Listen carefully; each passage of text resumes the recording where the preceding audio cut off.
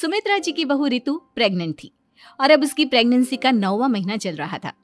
ऋतु का पति देवेश उसका काफी अच्छे से ख्याल रखता था, लेकिन प्रेगनेंसी अपने आप में ही एक अलग ही वक्त होता है जब एक औरत कई तरह के बदलावों से गुजरती है। शरीर के साथ साथ उसके अंदर बहुत सारे इमोशनल चेंजेस भी आते हैं और ऋतु इन सब चीजों से गुजर रही थी। इसीलिए कई बार वो बहुत परेशान हो जाती थी। उसे बार बार बहुत मुश्किलों का सामना करना पड़ रहा था।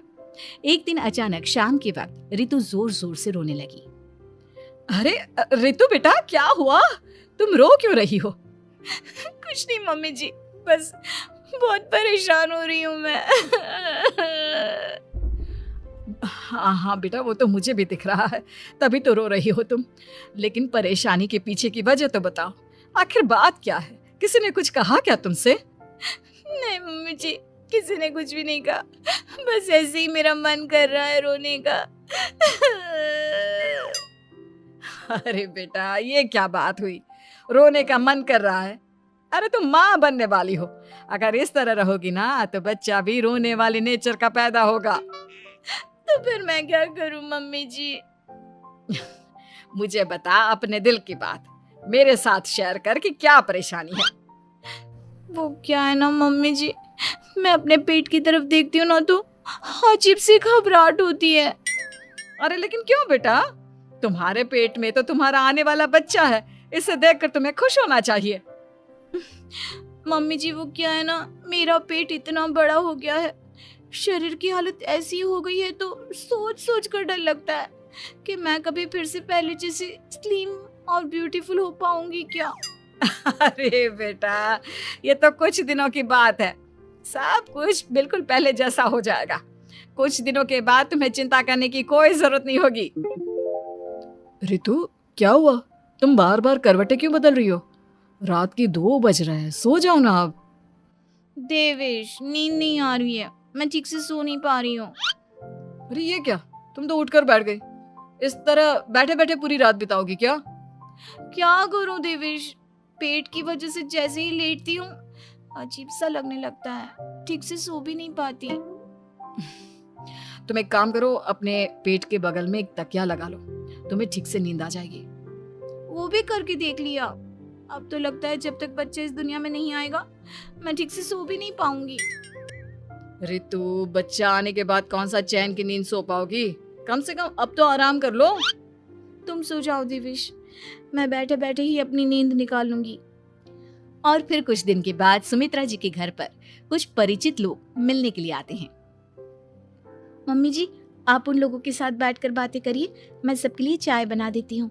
अरे नहीं नहीं बेटा, मैं कर लूंगी, अभी तुम्हारी तबीयत ठीक नहीं है ना, तुम आराम करो। अरे मम्मी, घर के छोटे मोटे काम तो मैं करती हूँ ना, चाय बनाने में कैसी प्रॉब्लम? अच्छा ठीक है, अगर कोई परेशानी नहीं है तो बना दो चाय। अरे ये क्या बात है सुमित्रा जी, आप तो दादी बनने वाली हैं। हाँ जी, बस ठीक ठाक तरीके से मेरा पोता या पोती इस दुनिया में आ जाए तो चैन हो जाए। सही कहती हैं बहन जी, एक औरत के लिए ये वक्त बहुत मुश्किल होता है। वैसे बहू की तबीयत तो ठीक है ना?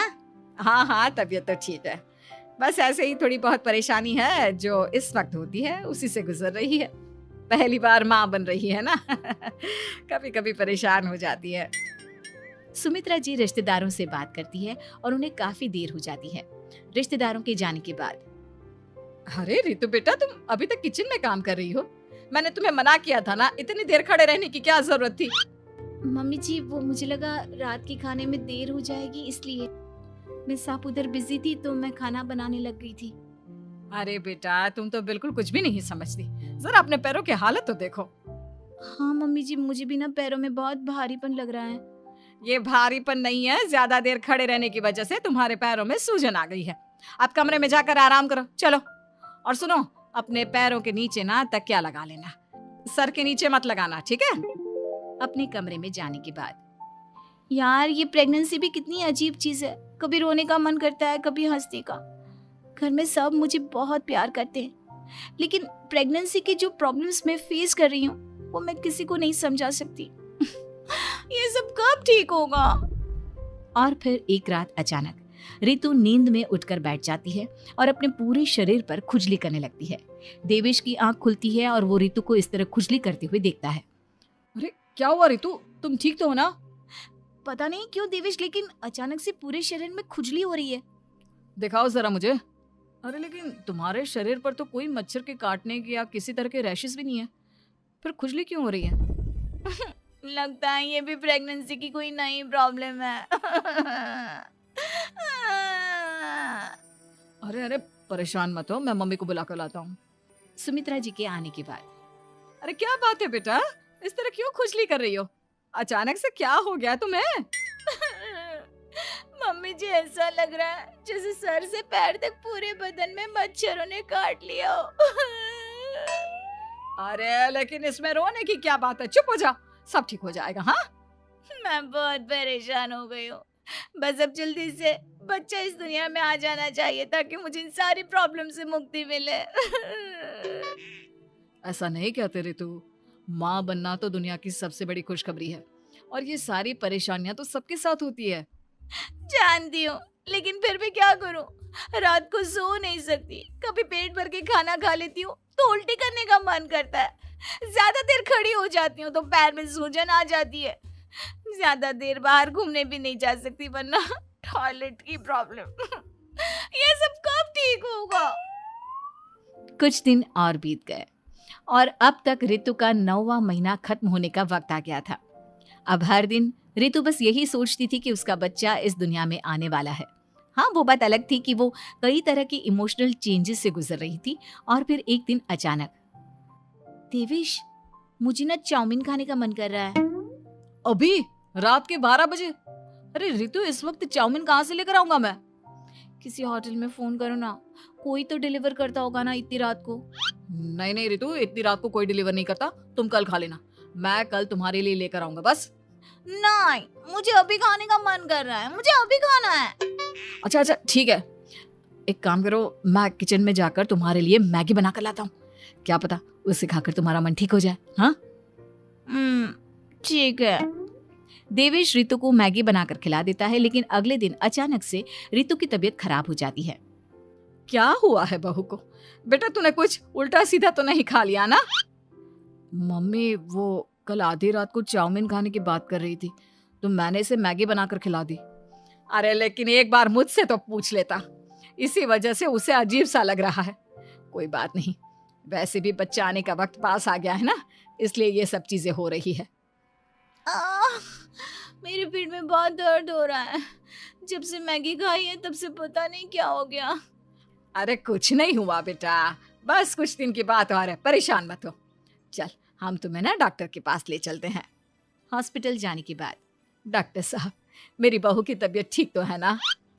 हाँ, वैसे तो सब कुछ ठीक लगता है, डाइजेशन का प्रॉब्लम हो गया है, ऐसे वक्त में हो जाता है। प्रेगनेंसी की वजह से पेट के ऊपर बहुत प्रेशर आ जाता है, इसलिए डाइजेशन थोड़ा वीक हो जाता है। और उन्होंने रात के वक्त मैगी खा ली, इसलिए उनको ये प्रॉब्लम हो गया। डरने वाली कोई बात नहीं है। थैंक यू डॉक्टर साहब, अब हम इसका ध्यान रखेंगे। लेकिन अब ऋतु की डिलीवरी का वक्त पास आ गया है, आपको उनका पहले से भी ज्यादा ध्यान रखना होगा।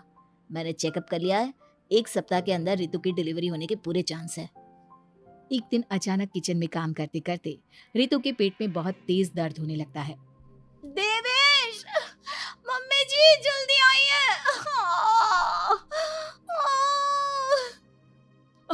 अरे क्या हुआ बहू, क्या हुआ तुम्हें? बहुत दर्द हो रहा है मम्मी, मेरे पेट में बहुत तेज दर्द हो रहा है, मुझसे खड़ा भी नहीं रहा जा रहा। इधर आ जाओ रितु, मैं तुम्हें बेड पर लिटा देता हूँ, सब ठीक हो जाएगा। बेटा मुझे लगता है इसकी डिलीवरी का वक्त पास आ गया है, अब हमें रितु को हॉस्पिटल ले जाना होगा। वैसे भी डॉक्टर ने कहा था कि 1 सप्ताह के अंदर डिलीवरी कभी भी हो सकती है। मुझे बहुत दर्द हो रहा है, ऐसा लग रहा है जैसे मैं मर जाऊंगी। प्लीज मुझे बचा लो देवेश। अरे रितु घबराओ मत, ऐसा कुछ नहीं होगा। हॉस्पिटल पहुंचने के बाद आप जल्दी से ऋतु को एडमिट करवा दीजिए और आप लोग बाहर वेट करिए। नहीं, मुझे बहुत दर्द हो रहा है। रितु समझने की कोशिश करो, सब कुछ ठीक हो जाएगा। ऋतु को लेबर पेन शुरू हो गया था और वो काफी तकलीफ से गुजर रही थी। एक बच्चे को जन्म देते समय औरत जिस तकलीफ से गुजरती है उसे सिर्फ वही समझ सकती है। ऋतु की तकलीफ को देखकर देवेश भी काफी इमोशनल हो गया था।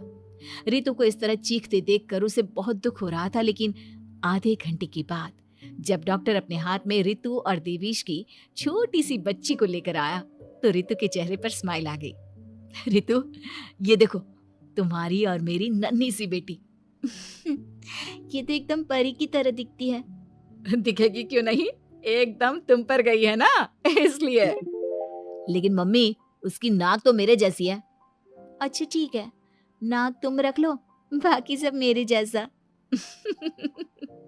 देखा रितु, तुमने कितनी तकलीफ सही, लेकिन उस तकलीफ के बदले तुम्हें भगवान ने ये छोटी सी परी दे दी।